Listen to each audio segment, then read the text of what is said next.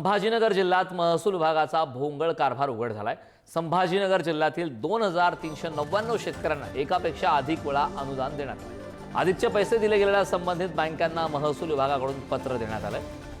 2399 शेतकऱ्यांना एकापेक्षा अधिक वेळा अनुदान देण्यात आले, त्यामुळे भोंगळ कारभार आता समोर आलेला आहे।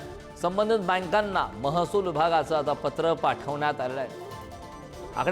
आकडेवारीवरती एक नजर टाकूयात ग्राफिक्सच्या माध्यमातून।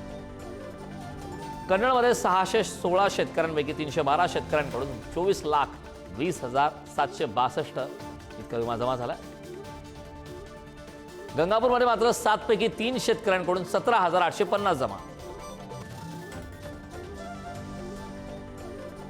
फुलंब्रीमध्ये 14 शेतकऱ्यांकडून 83,487 परत।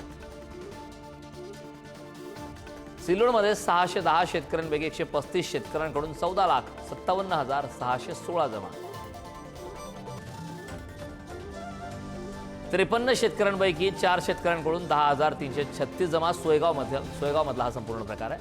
तर कुठल्या तालुक्यात किती शेतकरी त्या संदर्भातली माहिती पाहतो। वैजापूरमध्ये 790 शेतकऱ्यांपैकी एकाही शेतकऱ्याने पैसे परत केले नाही। छत्रपती संभाजीनगरमध्ये 285 शेतकऱ्यांपैकी एकानेही पैसे परत केले नाहीत।